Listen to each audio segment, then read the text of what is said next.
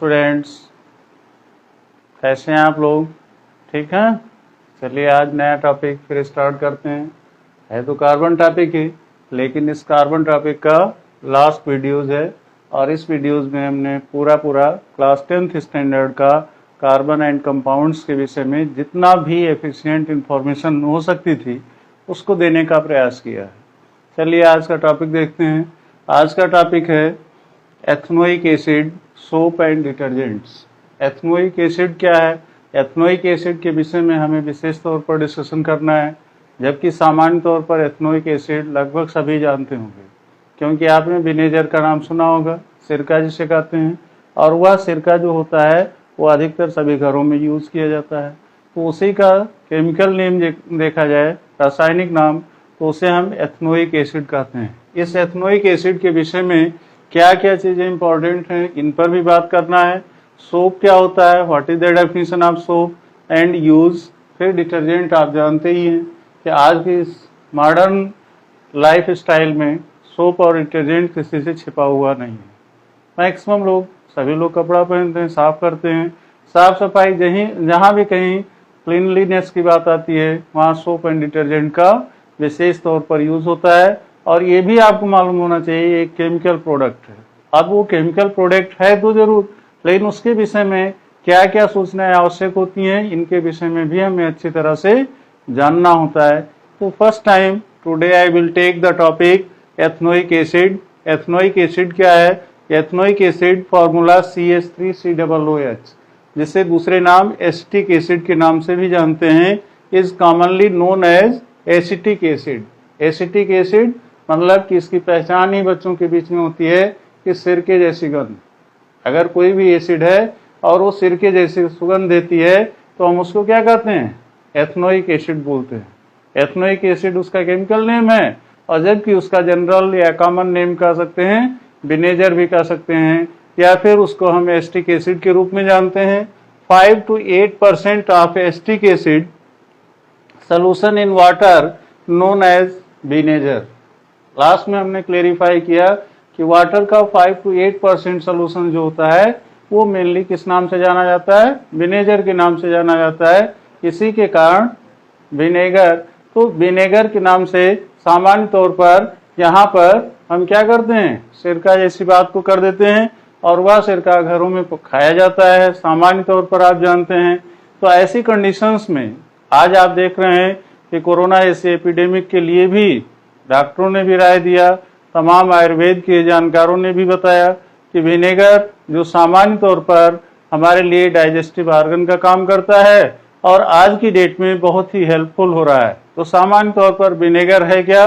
5 to 8% of acetic acid solution.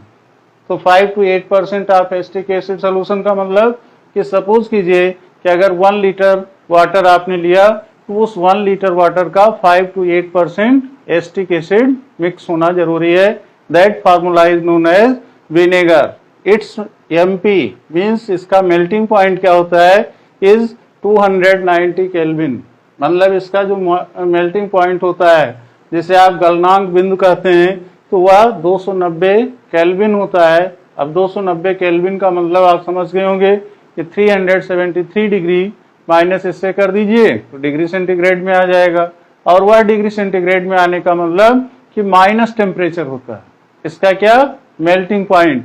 Same conditions में during winters, during winters का मतलब ठंडी के समय में इसमें थोड़ा सा चेंजिंग आ जाती है। वो चेंजिंग क्या है उसके विषय में बताना चाहते हैं।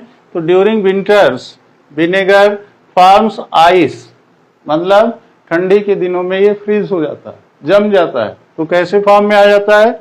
लगभग आइस जैसे फॉर्म में, बर्फ जैसे रूप में आ जाता है, like glacial acetic acid.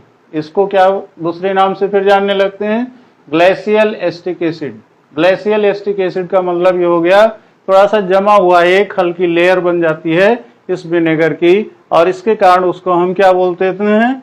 Glacial acetic acid.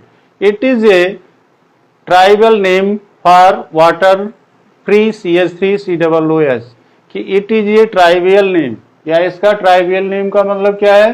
जनजातीय नाम। जैसे शेड्यूल ट्राइब बोलते हैं ना, तो शेड्यूल ट्राइब का मतलब वनवासी क्षेत्रों में रहने वाले जनजातीय लोग, इसका ज्यादा मतलब किस नाम से जानते थे, तो उसी चीज को कह रहा है कि it is a trivial name for water free CH3COOH। मतलब कि यहाँ पर एस्टिक एसिड क्या होती है, वाटर फ्री होती है। वाटर फ्री होने का मतलब कि वाटर का अधिकांश भाग जम जाता है, तो जम जाने का मतलब कि वो फ्रीज लाइक आइस बन जाता है। और आइस बन जाने की स्थिति में सामान्य तौर पर जो विनेगर आपको लिक्विड स्टेज में मिल रहा था वो थोड़ा सा सॉलिड स्टेज में, मतलब कि गाढ़ापन उसमें दिखाई देता है, और उसी फॉर्म को हम ग्लेशियल एस्टिक एसिड के नाम से भी जानते हैं। It is a weaker acid, या एक कमजोर एसिड भी होता है। It is a weaker acid than HCl, किसके द्वारा, हाइड्रोक्लोरिक एसिड, जो आपके पेट में बनता है हाइड्रोक्लोरिक एसिड। यही एक तरह से पित्त का रूप होता है, और सामान्य तौर पर देखा जाए इसकी मात्रा अधिक होने से आपका डाइजेशन प्रभावित होने लगता है। तो जानते ही हैं कि जब कोई हार्ड एसिड हो तो उसको न्यूट्रलाइज करने का काम कौन कर सकता है, हार्ड से हार्ड को अगर जुड़ा देंगे तो जाहिर सी बात है कि आपको डाइजेशन सिस्टम बेकार कर देगा, या फॉर द टाइम बिंग आपको और प्रॉब्लम क्रिएट कर देगा। इस नाते उसके लिए बीक एसिड की जरूरत होती है, क्योंकि बीक एसिड क्या करता है, हाइड्रोजन रिमूवल कर देता है। और हाइड्रोजन रिमूवल करने की कंडीशंस में क्या होता है, जो हमारी एपेटाइट वाली पोजीशन दिखती थी या गैसियस स्टेज दिख रही थी, वो गैसियस स्टेज नॉर्मल हो जाती है और हमारा भोजन सामान्य ढंग से पचने लगता है। तो it is a weaker acid than HCl but stronger than alcohol. यह HCl से तो वीकर है लेकिन एल्कोहल से स्ट्रांगर होता है। एल्कोहल C2H5OH, जिसे आप एथिल एल्कोहल कहते हैं। तो कहने का मतलब इसका कंपैरिजन अगर किया जाए एस्टिक एसिड का, तो एस्टिक एसिड हाइड्रोक्लोरिक एसिड से तो कमजोर होती है लेकिन एल्कोहल से भारी होती है, स्ट्रांगर होती है। तो आपने देखा कि सामान्य एस्टिक एसिड बहुत ही गुणों वाली होती है, और सामान्य तौर पर हम इसको सिरके की गंध का करके इतने पर ही समाप्त कर देते हैं। तो इतने से ही काम चलने वाला नहीं है, इसको हमें अच्छी तरह से जानना चाहिए। विनेगर के नाम पर सब लोग इसको जानते हैं, लेकिन क्या परसेंटेज होती है इसकी वाटर में, ये भी हमें मालूम होना चाहिए। तो इसको आप रिवाइज कर सकते हैं कि 5 to 8% of water solution that is known as vinegar, उसको हम सामान्य तौर पर विनेगर के नाम से जानते हैं, और कॉमनली नाम इसका एस्टिक एसिड है। इसका मेल्टिंग पॉइंट 290 केल्विन होता है।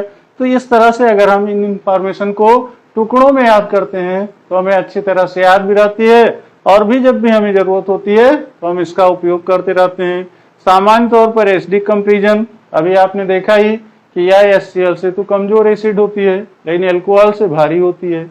इसी के साथ साथ यह विंटर सीजन में क्या करती है, जब लिक्विड आइस फॉर्म में आ जाता है तो इससे हम क्या कहते हैं, ग्लेशियल एस्टिक एसिड कह देते हैं। तो ये इसकी विशेषताएं होती हैं, इनको हमें जानना ही चाहिए अगर हम सामान्य तौर पर एथनोइक एसिड जानते हैं तो। नेक्स्ट इसका इंफॉर्मेशन है कि means some chemical properties of CH3COOH। Acetic acid की या एथनोइक एसिड की अन्य कुछ गुण होते हैं, उन गुणों को हमें जानना जरूरी होता है। कुछ केमिकल प्रॉपर्टीज होती हैं, उन केमिकल प्रॉपर्टीज को हम जानें, क्योंकि ऊपर जो इंफॉर्मेशन आपको दी गई थी उसमें फिजिकल प्रॉपर्टीज के भी इंफॉर्मेशन थे, जैसे मेल्टिंग पॉइंट था, ग्लेशियल स्टेज था, इसके अलावा कंपैरिजन ऑफ एसिडिटी था। तो इन सारी चीजों को जानने के साथ साथ केमिकल प्रॉपर्टीज को भी जान जाइए। केमिकल प्रॉपर्टीज में फर्स्ट है एसिडिटी। जो अभी एसिडिटी की मैंने बात किया, क्योंकि आपके शरीर में ऑटोमेटिक पित्त के कारण HCl बनता है, हाइड्रोक्लोरिक एसिड बनती है, और यह हाइड्रोक्लोरिक एसिड स्ट्रांग होती है। तो इसमें अगर हम मान लीजिए एल्कोहलिक पेय लेते हैं तो एल्कोहलिक पेय बहुत हल्का पड़ता है, जिसके कारण हमारी एसिडिटी शांत नहीं होती है। एसिडिटी को शांत करने के लिए बेटर इंफॉर्मेशन कहाँ से ली जा सकती है, एस्टिक एसिड से ही ली जा सकती है। तो ऐसे प्रेजेंट टाइम में लोग कोल्ड ड्रिंक वगैरह के माध्यम से एथिल एल्कोहल या एल्कोहल को लेना ज्यादा पसंद कर लेते हैं, कॉमन पेय बन जाता है। लेकिन अपने यहाँ बुजुर्गों की कहावत है कि जो भी काम कीजिए थोड़ा सोच समझ करके कीजिए। तो ऐसे में acetic acid the best performance का काम करती है।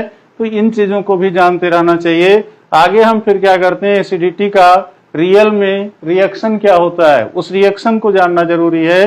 तो इसका रिएक्शन क्या है, 2CH3COOH। मतलब एसिटिक एसिड का 2 टाइम्स प्लस 2 Na किससे रिएक्शन करता है? सोडियम से रिएक्शन करता है। तो ये क्या बना लेगा? CH3COO माइनस Na प्लस, मतलब इसकी आयोनाइज स्टेज बताया जा रहा है कि आयोनाइज स्टेज में 2 पार्ट्स होते हैं, एक एनायन बनता है और दूसरा केटायन बनता है। तो एनायन पार्ट्स जो इसका होता है वो क्या होता है? CH3COO माइनस, मतलब जिसे आप एसीटेट बोलते हैं, एसिटिक एसिड नहीं, आयन फॉर्म में है तो उसे हम क्या कहेंगे? एसीटेट। और ये सोडियम आयन है जो केटायन की अवस्था में है, प्लस हाइड्रोजन गैस डिजॉल्व होती है तो हाइड्रोजन गैस गैस के फॉर्म में निकलती है।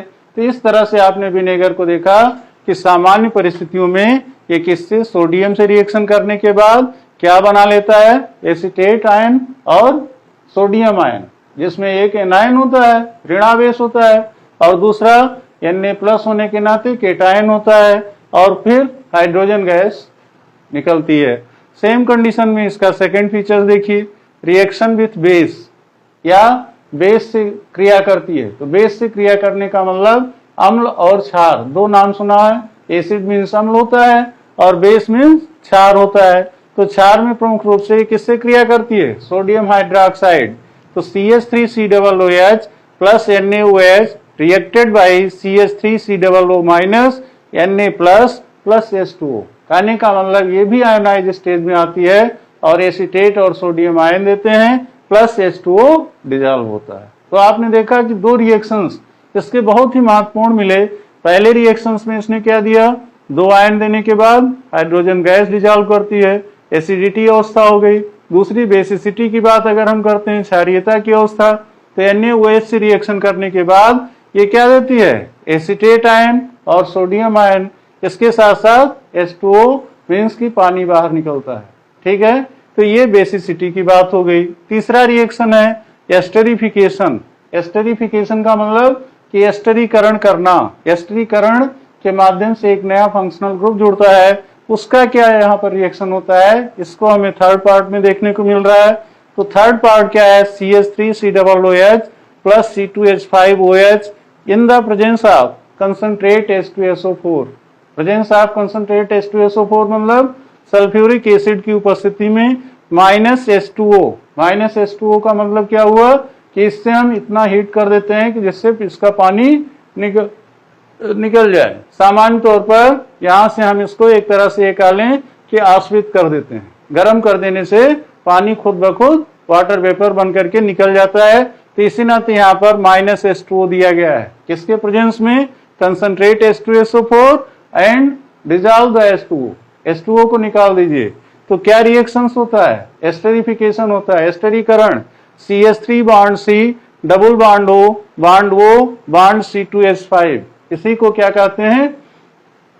Ethyl ester. तो सामान्य तौर पर C2H5 CH3 है, ये वास्तव में एस्टर ही कहलाएगा, एस्टर बेटर रहेगा, क्योंकि सामान्य तौर पर इसमें नंबर ऑफ कार्बन एटम्स देख रहे हैं 4 जा रहा है, तो ये ब्यूटिक फॉर्म में जाएगी। तो कहने का मतलब IUPAC नाम इसका अदर एस्टर फॉर्म में होगा, लेकिन हम इसको एस्टरिफिकेशन में सामान्य तौर पर एस्टर बोल दे रहे हैं, और सामान्य तौर पर एस्टर बोल देते हैं। तो ये इसकी एस्टरीकरण की क्रिया हो गई। Here H2SO4 act as dehydrating agent, कि यहाँ H2SO4 क्या कर रहा है? डिहाइड्रेटिंग एजेंट का काम कर रहा है। डिहाइड्रेशन कॉमन वर्ड्स है, जैसे आप घरों में देखते हैं, कहते हैं भाई इनको तबीयत खराब हो गई, कहे तबीयत में क्या खराब हो गई? कहे डिहाइड्रेशन हो रहा है। तो डिहाइड्रेशन का मतलब समझते हैं? बार बार बाथरूम आना जाना पड़ रहा है, और इसका मतलब क्या हुआ कि डायरिया टाइप का रोग इनको हो गया है, शरीर का मैक्सिमम पानी निकल जा रहा है। तो ऐसी कंडीशंस में इनको क्या चाहिए कि सामान्य पेय दिया जाए, जिससे सामान्य तौर पर साल्ट और वाटर का स्थिति सामान्य किया जा सके, जिसके माध्यम से हम इसको बैलेंस कर सकें और आदमी जिंदा रह सके। क्योंकि डायरिया होता तो है बहुत छोटा रोग, लेकिन इससे जान जाने की पूरी संभावना रहती है। तो फर्स्ट टाइम डॉक्टर लोग क्या करते हैं? इसके लिए सामान्य तौर पर ग्लूकोज चलाना शुरू कर देते हैं, फिर उसमें साल्ट जरूरत समझते हैं, चाहे सोडियम हाइड्रोक्साइड या अन्य चीजें डालते रहते हैं। तो उसके माध्यम से हम रोगी को बचा सकते हैं। तो ये एस्टरीकरण क्रिया के माध्यम से ही होता है। तो यहाँ कह रहा है here H2SO4 act as dehydrating agent, कि यह एक डिहाइड्रेटिंग एजेंट के रूप में काम करता है। इट रिमूव्स वाटर, यह क्या करता है? रिमूव्स वाटर, माने वाटर को हटा देता है, वाटर वेपर के रूप में कन्वर्ट कर देता है। Formed otherwise ester formed will be get converted into acid, और जिसके कारण क्या होता है कि इनका जो एस्टर फॉर्म होता है वो कन्वर्ट हो जाता है किस रूप में? एसिड फॉर्म में कन्वर्ट हो जाता है। तो एक बार फिर से इसको क्लियर कर लीजिए कि हेयर H2SO4, यहाँ सल्फ्यूरिक एसिड एक्ट्स एज, क्रिया करती है किस रूप में? डिहाइड्रेटिंग एजेंट, डिहाइड्रेटिंग एजेंट के रूप में यह क्रिया करती है कि मीन्स इस अवस्था में यह पानी को निकालने की कोशिश करती है, डिहाइड्रेट कर देती है। इट रिमूव्स वाटर, यह पानी को रिमूव कर देती है, हटा देती है सोल्यूशन से। फॉर्म्ड, जिसके कारण यह एस्टर का क्रिया हो जाती है, मतलब कि जो सामान्य तौर पर अभी हमने क्या लिया था, CH3COOH प्लस C2H5OH, यह एस्टर अवस्था में आ जाता है और इस तरह से राइट हैंड का प्रोडक्ट देना शुरू कर देता है, जिसे हम सामान्य तौर पर एस्टर ही नाम दे रहे हैं। इनका IUPAC नाम अदर प्लेस पर बताया जा सकता है। ठीक है, फिर इसके बाद यहां पर कहते हैं water formed otherwise ester form will get converted into acid, और इस तरह से एस्टर फॉर्म कन्वर्ट होकर के एसिड अवस्था में आ जाता है।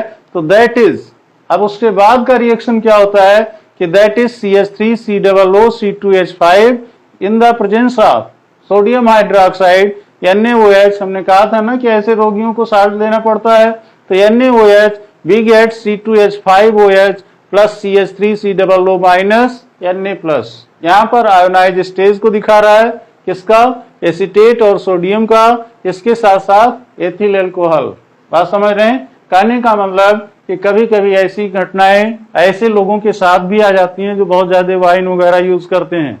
तो वाइन जब यूज करते हैं तो डॉक्टर क्या करता है? यही स्टेरीकरण की क्रिया कराता है कि उनके शरीर से मैक्सिमम वाइन निकालने की कोशिश करता है, और वाइन की मात्रा जब कम होती है तो वो सामान्य जीवन में पुनः वापस आना शुरू कर देते हैं। तो ये क्रिया बहुत ही महत्वपूर्ण है। ये डिहाइड्रेटिंग एजेंट का काम H2SO4 करता है, और इसके साथ साथ एस्टर की क्रिया कराने के बाद पुनः एसिड में कन्वर्ट कर देता है। तो इस तरह से आपने देखा कि CH3COO C2H5, मतलब कि ये सामान्य तौर पर सॉरी, यहां से CH3COO C2H5 जो बन रहा है ये एस्टर का मूल रूप होता है। ये सोडियम हाइड्रोक्साइड की उपस्थिति में एथिल अल्कोहल बनाता है प्लस CH3COO माइनस, मतलब कि एसीटेट का एनायन बना लेता है और Na प्लस का केटायन बना लेता है। सेम कंडीशंस में अगला लास्ट रिएक्शंस की बात करते हैं। तो reaction with carbonates, reaction with carbonates, carbonates के साथ इसकी क्रिया क्या होती है? एंड हाइड्रोजन कार्बोनेट, और इसके साथ साथ कार्बोनेट हैं तो कार्बोनेट के साथ क्या रिएक्शन होता है? हाइड्रोजन कार्बोनेट हैं तो उनके साथ क्या रिएक्शन होता है? तो CH3COOH प्लस NaHCO3, जिसे आप सोडियम बाइकार्बोनेट बोलते हो, और इनकी उपस्थिति में प्रोडक्ट क्या मिलता है? CH3COO माइनस Na प्लस, ये तो आपको मालूम होगा आयोनाइजेशन स्टेज है, plus H2O plus CO2 evolve हो जाता है। कहने का मतलब कि पानी और कार्बन डाइऑक्साइड अलग अलग इवाल्व होने लगते हैं। उसके साथ साथ आयोनाइज स्टेज में क्या मिलता है? एसीटेट और सोडियम। सेम कंडीशंस में यहां पर अगला रिएक्शंस की बात करते हैं। 2CH3COOH, 2CH3COOH का मतलब acetic acid plus Na2CO3, sodium carbonate. वहां पर आपने किससे रिएक्शन कराया था? सोडियम बाइकार्बोनेट से। ये सोडियम बाइकार्बोनेट है NaHCO3, और यहाँ पर क्या है? सोडियम कार्बोनेट, इससे रिएक्शन कराते हैं तो क्या मिलता है? 2CH3COO minus Na plus plus H2O plus CO2, मतलब कि सेम वही पोजीशंस आती है, चाहे हम कार्बोनेट माने सोडियम कार्बोनेट या सोडियम बाइकार्बोनेट दोनों से रिएक्शन कराते हैं तो प्रोडक्ट एज इट इज वही हमें प्राप्त होता है। सेम कंडीशंस में फिर अगली बात करते हैं हम एस्टिक एसिड की, कि एस्टिक एसिड सामान्य तौर पर क्या हमारे लिए फायदेमंद है, हम यूज कहाँ करते हैं? तो acetic acid is used for making vinegar. कहने का मतलब कि एस्टिक एसिड विनेगर बनाने में, सिरका बनाने में उपयोग होता है। It is widely used as a preservative, it is widely used as a preservative, मतलब इसको संरक्षक के रूप में उपयोग करते हैं इन पिकल्स, अचारों की सुरक्षा के लिए। अचार खटाई घरों में बनता है ना, तो पिकल्स मीन्स अचार होता है, PICKLES, पिकल्स। तो अचारों की सुरक्षा के लिए एस्टिक एसिड का यूज करते हैं। विनेगर बनाने में आप देख ही रहे हैं। It is used for the synthesis of other compounds like asters, इसी तरह से अन्य एस्टर्स के कंपाउंड को सिंथेसाइज करने का काम करते हैं। जैसे एस्टरीकरण क्रिया में आपने देखा कि एस्टरीकरण क्रिया में सामान्य तौर पर आयोनाइज स्टेज और आयोनाइज स्टेज के साथ साथ क्या मिलता है हमें, C2H5OH अलग हो जाता है। तो इस तरह से आपने देखा कि यहाँ पर एथनोइक एसिड बहुत ही महत्वपूर्ण चीज होती है, हमारे घरेलू उपयोग में भी काफी फायदे की चीज होती है, और घरेलू उपयोग के साथ साथ इन चीजों को भी यहाँ पर सामान्य तौर पर देखा गया कि every properties is important in this chapter ethanoic acid. Ethanoic acid is also known as acetic acid, और इस तरह से एस्टिक एसिड का बहुत ही वाइड रेंज यूज किया जाता है इंडस्ट्री फील्ड में भी। आज इससे काफी लोग रोजगार भी पा रहे हैं। अचार, खटाई, मुरब्बा ये प्रिजर्वेशन का काम करती है। इसके साथ साथ प्रिजर्वेशन टेक्निक जो आज बायोकेमिस्ट्री के लिए बहुत बड़ा वरदान मालूम हो रही है, वह भी एस्टिक एसिड के सहारे ही काफी कुछ इंडस्ट्री लगा रहे हैं। सेम कंडीशंस में आगे बात करते हैं सोप की। सोप क्या होता है, तो सोप्स आर सोडियम और पोटेशियम साल्ट्स। सोप क्या होते हैं, सोडियम और पोटेशियम साल्ट्स होते हैं of long chain carboxylic acids. एक लंबी चेन श्रृंखला होती है जो कार्बोक्सिलिक एसिड की होती है, एंड हैव जनरल फार्मूला, और इसका जनरल फार्मूला क्या होता है, RCOO minus Na+। RCOO minus मतलब कि अगर CH3 जोड़ा गया तो एसीटेट आयन बन जाएगा और दूसरा सोडियम का केटायन बन जाएगा। तो R is the name of radical, मतलब कि यह मूलक की अवस्था के ऊपर निर्भर करता है। अब वो CH3 का जो एग्जाम्पल हमने लिया, very weak in according to comparison of this formula. तो ऐसी कंडीशंस में फिर हम उसका मूलक के विषय में बताते हैं कि कौन से रेडिकल्स लेंगे। तो that is R is equal to C15H31। C15H31 is the type of salt जिसे सामान्य तौर पर हम किस रूप में रख रहे हैं कि सामान्य तौर पर सोडियम और पोटेशियम साल्ट की इन्होंने बात किया है। तो इसमें रेडिकल्स के रूप में जो सोप बनाने में हमारी मदद करते हैं, या हम इनको स्टीरेट के नाम से भी जानते हैं, तो C15H31 या फिर C17H35 के रूप में ये यूज किए जाते हैं। आपके 10th स्टैंडर्ड में अभी 2 ही हैं, लेकिन आगे के स्टैंडर्ड में आप देखेंगे तो और सारी इसके कॉम्प्लेक्स मिलते हैं, जिनके माध्यम से आज आधुनिक साज सज्जा, आधुनिक व्यवस्था, आधुनिक सुदृढ़ीकरण, या सामान्य तौर पर कपड़ों की साफ सफाई, घरों की साफ सफाई, जितनी type of soap and detergent की बात आती है, वो सब इन्हीं के माध्यम से सोडियम और पोटेशियम साल्ट होते हैं, और इन्हीं का आपस में रिएक्शन करा करके बार बार हम डिफरेंट टाइप्स ऑफ सोप की बनाने की बात करते हैं। तो सामान्य तौर पर आप एक बार फिर से देख लें, सोप्स आर सोडियम और पोटेशियम साल्ट्स। सोप क्या होते हैं, सोडियम और पोटेशियम साल्ट होते हैं। कभी कभी एग्जामिनर मात्र इतना पूछता है, please define the soap. Soap क्या है, तो आप इसको बड़े इजी गोइंग एकेडमिक वे में या किसी कंपटीशन स्टेज पर तुरंत बताने में सक्षम होना चाहिए कि it is A salt of sodium and potassium. या सामान्य तौर पर किसका साल्ट होता है, सोडियम और पोटेशियम साल्ट होता है of long chain carboxylic acid. मतलब कि सोडियम और पोटेशियम इसके एक पार्शियल पार्ट हैं, ये वास्तव में होते क्या हैं, एक long chain of carboxylic acid. Carboxylic acid के एक लॉन्ग चेन श्रृंखला होती है, and have general formula RCOO Na+। इतना आप बता देते हैं तो एग्जामिनर आपके आंसर से संतुष्ट हो जाएगा कि यह सामान्य तौर पर सोडियम और पोटेशियम की एक लॉन्ग कार्बोक्सिलिक एसिड श्रृंखला होती है, और इसके जनरल फार्मूला क्या होता है, RCOO Na के माध्यम से हम इसको जानते हैं, जिसमें COO एनायन का काम करता है आयोनाइजेशन स्टेज में, और Na प्लस केटायन का काम करता है। सेम कंडीशन में डिटर्जेंट पर भी बात कर लेते हैं। भाई जब सोप पर आपने बात कर लिया तो डिटर्जेंट भी मस्ट है। तो detergents are usually ammonium and sulphonate salts.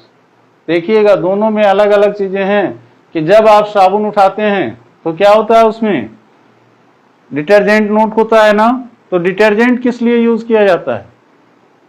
Detergent टिकिया लिखा रहता है जिस साबुन को सामान्य तौर पर कपड़ों पर लगाते हैं, और उसके साथ साथ एक उसका पाउडर स्टेज आता है जिसे आप कॉमन वे में सर्फ कहते हैं, लेकिन सर्फ एजेंसी अलग है, उसने अलग से अपना पेटेंट कराया है।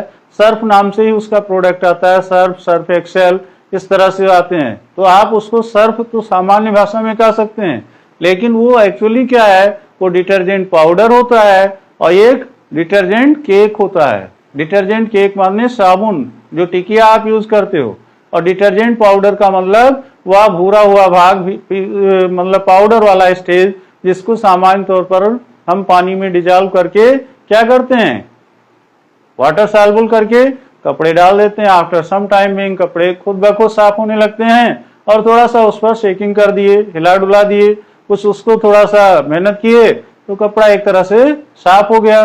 थोड़ा अगर कमी रह गई तो केक भी लगा दिए तो कपड़ा बिल्कुल फ्रेश हो जाता है, पहले स्टेज में आ जाता है। तो वही डिटर्जेंट यहाँ पर है। डिटर्जेंट्स आर यूजुअली अमोनियम और सल्फोनेट साल्ट। अमोनियम और सल्फोनेट साल्ट होता है। आप long chain of carboxylic acid, यह भी कार्बोक्सिलिक के लॉन्ग चेन से ही बनी होती है। They are also called soapless soap. इसी नाते इनको हम क्या कहते हैं, सोपलेस सोप भी कहते हैं। It is manufactured as follows. इनकी मैन्युफैक्चरिंग इस तरह से होती है, कैसे, फैट और ऑयल। फैट और ऑयल अब आप समझ गए होंगे कि सामान्य तौर पर जो डिटर्जेंट बनाया जाता है उसमें फैट अथवा ऑयल की मात्रा होती है, प्लस एल्कली साल्ट होते हैं। एल्कली साल्ट में सामान्य तौर पर सोडियम हाइड्रोक्साइड का नाम बहुत पॉपुलर बेस में लिया जाता है। तो इनको सामान्य तौर पर हम क्या कह सकते हैं, एल्कली साल्ट। और एल्कली साल्ट प्लस फैट अथवा ऑयल को हीट कर दें। हीट करने का मतलब गर्म कर दें, तो इससे क्या बन जाता है, सोप प्लस ग्लिसरॉल बन जाता है। सोप और ग्लिसरॉल में अंतर क्या होता है, सोप जो होता है गंदगी को साफ सफाई करता है, कपड़े या शरीर से जो भी होता है निकालने का काम करता है, और ग्लिसरॉल क्या करता है, स्नेहक का काम करता है, चिकनापन ला देता है। जैसे अभी आप मान लीजिए साबुन लगाए और आफ्टर सम टाइमिंग नहाने धोने के 10-15-20 मिनट बाद, आधे घंटे बाद जब आप देखते हैं शरीर सूख जाता है, तो आपके शरीर में कुछ अजीब सी स्किन टाइट हो जाती है। और वह स्किन टाइट होने का एक प्रमुख कारण क्या होता है कि आपने सोप अच्छी तरह से लगाया, लेकिन उसके बाद आपने कोई ऑयली चीज नहीं लगाई। अगर अच्छी क्वालिटी का साबुन है तो उससे कोई दिक्कत तो नहीं होती, लेकिन अगर वो मान लीजिए प्रॉपर रेशियोज में नहीं बनाया गया है, अच्छे प्रोडक्ट नहीं है, तो जाहिर सी बात है आफ्टर सम टाइम स्किन में आपकी प्रॉब्लम होने लगती है, खुजलाहट होने शुरू हो जाएगी, स्किन डिजीजेस होने के भी चांसेस होते हैं। इसी नाते सामान्य तौर पर नहाने का साबुन, बाथिंग सोप अलग रखा जाता है और डिटर्जेंट सोप अलग रखा जाता है, जो सामान्य तौर पर कपड़े धुलने के ही काम होता है। कभी कभी अभी हमें हार्ड धुलाई करनी होती है तो हम कपड़े वाले साबुन को भी अगर शरीर में लगाते हैं तो ये कतई नहीं भूलना चाहिए कि इसको लगाने के बाद आफ्टर सम टाइमिंग हमें कुछ ऑयली चीजें लगानी जरूरी है। अगर ऑयली चीजें नहीं लगाएंगे तो हमारी स्किन कट सकती है, उसमें खुजलाहट भी हो सकती है, ऐसी बहुत सारी प्रॉब्लम्स क्रिएट होती हैं। तो यहाँ पर सामान्य तौर पर fat oblique oil plus alkali salt, alkali salt की उपस्थिति में जब हम इनको गर्म करते हैं तो क्या बनता है, सोप मीन्स C15H31 COO जिसको हम सामान्य तौर पर सोडियम स्टीरेट बोल देते हैं। और यह सोडियम स्टीरेट के साथ साथ ग्लिसरॉल के रूप में क्या आ जाता है, एल्कोहल। वही एल्कोहल आज सामान्य तौर पर आप सैनिटाइजर के तौर पर यूज करते हैं। इनकी सबसे बड़ी विशेषता क्या होती है कि जर्म्स, वायरस, ऐसी कोई प्रॉब्लम्स होती है तो उसको अपने में समेट लेते हैं, फॉर द टाइम बीइंग आपके स्किन से अलग कर देते हैं। यही इनका मुख्य रीजन है, और कोई रीजन नहीं होता है। जो बार बार हम सैनिटाइजर यूज कर रहे हैं उस सैनिटाइजर का एक अहम रोल यही होता है। तो सामान्य तौर पर सोप प्लस ग्लिसरॉल के रूप में होता है। फिर इसके बाद नेक्स्ट पॉइंट पर हम बात करते हैं सोप मॉलिक्यूल्स। सोप मॉलिक्यूल्स माने सोप के अणु, साबुन के अणु जो होते हैं हैव डिफरेंट प्रॉपर्टीज, उनके कुछ अलग गुण होते हैं। कौन सी डिफरेंट प्रॉपर्टीज होते हैं? एट देयर टू एंड्स, इनके दो छोर होते हैं। एंड्स का मतलब दो किनारे। तो दो किनारे कौन से होते हैं? वन इज हाइड्रोफोबिक, एक पहला जो होता है वाटर सॉल्युबल होता है। वाटर सॉल्युबल मतलब कि पानी में घुल जाता है। तो वाटर सॉल्युबल होने के कारण इसको हम क्या बोलते हैं? हाइड्रोफिलिक। बात समझ रहे हैं? One is hydrophilic and other is hydrophobic. Hydrophobic क्या करता है? वो सॉल्युबल इन फैट और ऑयल, जो फैट अथवा ऑयल में ही सॉल्युबल होता है। जैसे अभी हाथ में पेंट लगा हो, चाहे जितना आप साबुन लगाइए वह छूटने वाला नहीं है, कहीं ना कहीं वो अपनी असर दिखाता रहेगा। लेकिन उसको अगर हम क्या करें, किसी ऑयल वगैरह में like kerosene oil, petrol oil, diesel oil, किसी में भी लगा दें, हल्का सा उसको लगाने के बाद साबुन लगा दें, एकदम आपका हाथ फ्रेश हो जाएगा। तो ये कैसा सोल्यूशन कहलाएगा? Hydrophobic solution. बात समझ रहे हैं? या hydrophobic stage of the soap molecule. इसी तरह से हाइड्रोफिलिक जो होता है वो वाटर सॉल्युबल होता है। एक यहाँ फिगर पर भी गौर कीजिएगा, जो लेफ्ट हैंड फिंगर से हम दिखाने का प्रयास कर रहे हैं। यहाँ पर जिग जैग मोशन जैसा दिखाया गया, उसके बाद एक धब्बा जैसा बना हुआ है जिसे आप बबल्स बोलते हैं, और ये आयोनाइजेशन स्टेज को दिखा रहा है, माइनस पॉइंट को। बात समझ रहे हैं? ये बबल्स क्या है? नेगेटिव आयन, या आप एनायन कह सकते हैं। और दूसरा क्या है? Na+ आयन, मतलब केटायन को दिखा रहा है। तो इनके अलग अलग पार्ट्स हैं, उसी पार्ट्स को दिखाने की बात की गई है, क्योंकि यहाँ पर आपको हमने बताया soap molecules have different properties. Soap molecules के विभिन्न गुण होते हैं। वो गुण कौन से होते हैं? इसमें दो एंड्स होते हैं। पहले एंड को हम हाइड्रोफिलिक बोलते हैं और दूसरे को हाइड्रोफोबिक बोलते हैं। हाइड्रोफिलिक का मतलब जो वाटर सॉल्युबल हो, और हाइड्रोफोबिक का मतलब जो ऑयल अथवा फैट्स में सॉल्युबल होता है। तो कहने के मीन्स गंदगियां दो प्रकार की ही होती हैं, या तो वो फैटी मटेरियल से छूटती हैं और अदरवाइज किससे छूटती हैं? वो वाटर सॉल्युबल होती हैं। तो उसी का यहाँ पर फिगर बनाने की बात हमने किया कि ये जिग जैग टाइप का फिगर जो बना है ये तेल होता है। जैसे मान लीजिए कपड़े में तेल लग गया और आप उसको साफ कर रहे हैं, बार बार नहीं साफ हो रहा है, तो आपको वहां पर क्या यूज करना चाहिए? या तो सिट्रिक एसिड वगैरह, एस्टिक एसिड का यूज कीजिए, और अदरवाइज दूसरा तरीका क्या है कि वहां केरोसिन ऑयल वगैरह का यूज कीजिए। जैसे सफेद कपड़ा वगैरह होता है, बहुत ज्यादा अगर उसमें कहीं स्पॉट्स पड़ गए और नहीं छूट रहे हैं, तो एटलीस्ट क्या करते हैं, वॉशरमैन या घर पर कोई भी आदमी कपड़ा साफ करता है तो केरोसिन ऑयल के माध्यम से छुड़ाने की कोशिश करता है, क्योंकि वो किस टाइप का होता है? हाइड्रोफोबिक टाइप का होता है, जो सॉल्युबल इन फैट और ऑयल होता है। तो यही तेल की हमने पोजीशन दिखाया जिग जैग टाइप का। अब यहां पर क्या होता है? एक long SC chain. Long SC chain का मतलब लॉन्ग हाइड्रोकार्बन चेन होता है। तो यहाँ पर लॉन्ग हाइड्रोकार्बन चेन, और इसका ही नाम ये होता है हाइड्रोफोबिक, जो फैट अथवा ऑयल में ही सॉल्युबल है। दूसरी अवस्था जो बबल्स वाला दिखा रहा है, ये आयनिक पार्ट है, जो हाइड्रोफिलिक पार्ट्स को बता रहा है, जो वाटर सॉल्युबल है। कहने का मतलब कि इसको आयोनाइज किया जाए तो पॉजिटिव और निगेटिव आयन में अलग अलग हो जाते हैं, जिसके कारण आपके कपड़े की मैल छूट जाती है। और यहाँ पर Na+ आयन है, ये आप केटायन देख रहे हैं, और ये इसका हेड है, यानी कि उसका शेप बना है तो उसका हेड पॉइंट जो है वो इसी से जुड़ा है। कहने का मतलब कि आयोनाइजेशन स्टेज को बताता है कि इसमें दो आयन है, एक का नाम एनायन है और दूसरे का नाम केटायन है। तो एनायन और केटायन जो होते हैं आयोनाइजेशन स्टेज को व्यक्त करते हैं, और ये क्या होते हैं? हाइड्रोफिलिक होते हैं। बात समझ रहे हैं? सॉल्युबल इन वाटर होते हैं। लेकिन जो तेल होता है वो क्या होता है? वो भी लॉन्ग हाइड्रोकार्बन चेन होती है, लेकिन ये हाइड्रोफोबिक होने के कारण या सामान्य तौर पर जो इसमें दाग धब्बे लगे होते हैं वो किसमें सॉल्युबल होते हैं? फैट अथवा ऑयल में होते हैं। सेम लास्ट पॉइंट पर भी अब हम डिस्कशन कर लेते हैं। लास्ट पॉइंट क्या है इसका? Cleaning action of soap. भाई क्लीनिंग एक्शन ऑफ सोप क्या होता है उसको भी जानना चाहिए। तो cleaning action of soap is known as micelle formation of soap. उसे हम क्या कहते हैं? मिस्ली फॉर्मेशन ऑफ सोप कहते हैं। सामान्य तौर पर सोप का जो निर्माण होता है वो इसी बेस पर होता है, एक प्लेटफॉर्म होता है जिसके माध्यम से वो गंदगी को छुड़ाने का काम करता है। दो तरह की गंदगियां होती हैं, हाइड्रोफिलिक और हाइड्रोफोबिक। आपको पहले ही बताया हाइड्रोफिलिक का मतलब जो आयोनाइजेशन पर डिपेंड करता है, वाटर सॉल्युबल होता है, और जो हाइड्रोफोबिक होता है वो फैट अथवा ऑयल से मिश्रित होते हैं, जो फैट अथवा ऑयल से ही उनको साफ किया जा सकता है। तो सामान्य तौर पर आपने देखा कि बहुत ही इंटरेस्टिंग टॉपिक आज का था। आज का प्रमुख रूप से ethanoic acid, soap and detergent जो था, ये हमारे सामान्य तौर पर व्यवसायिक जीवन के एक प्रमुख अंग हैं। और 10th स्टैंडर्ड में अगर बच्चे के पास इतना नॉलेज हो जाता है, जितना चीजें उसको शॉर्टकट में बताने की कोशिश की गई, तो मेरा ख्याल है वो बच्चा अग्रेसिव नेचर का होकर के आगे बहुत सारी चीज कर सकता है, सीख सकता है, और ऑर्गेनिक केमिस्ट्री का बेसिक पार्ट्स उसे बहुत अच्छी तरह से आ जाएगा। और 10+2 स्टैंडर्ड में पढ़ने के बाद वो ऑर्गेनिक केमिस्ट्री में अगर कोई भी अच्छी योग्यता हासिल कर लेता है, तो आज की डेट में जो अनएम्प्लॉयमेंसी है वो अनएम्प्लॉयड तो नहीं रहेगा, ये मेरा दावा है। तो इसी के साथ साथ कार्बन एंड इट्स कंपाउंड समाप्त करते हैं। फिर अगला चैप्टर जो होगा, अगला वीडियो जो हमारा आएगा वो मैथ्स पर आएगा।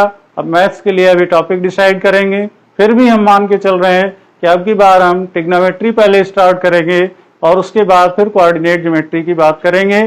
तब तक के लिए धन्यवाद।